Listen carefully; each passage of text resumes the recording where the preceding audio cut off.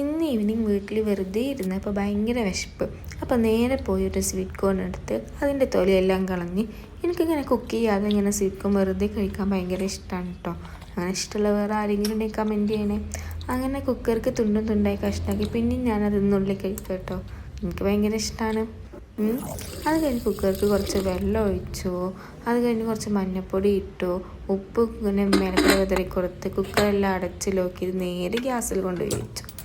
അങ്ങനെ അതൊരു മൂന്നാല് വിസിലടിക്കുന്നത് വരെ വെയിറ്റ് ചെയ്തു.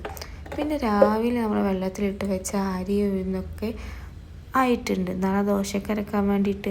അങ്ങനെ അതെല്ലാം അരച്ച് പാർന്നപ്പോഴത്തേനും നമ്മൾ നാളത്തെ കുക്കർക്കിട്ട ചോളനൊക്കെ ഇവിടെ വെന്ത് കുട്ടപ്പനായി റെഡി ആയിട്ടുണ്ട് കേട്ടോ. പിന്നെ എന്താ, കുരുമുളകോ മുളക് പൊടിയും നാരങ്ങ നീരൊക്കെ തേച്ച് നല്ല അടിപൊളിയായിട്ട് ഇരുന്ന് കഴിക്കാം. വേണമെങ്കിൽ ബട്ടർ ഇടുക കേട്ടോ. എനിക്ക് ബട്ടർ ഇഷ്ടമില്ലാത്തതുകൊണ്ട് ഞാനത് ആഡ് ചെയ്തില്ല.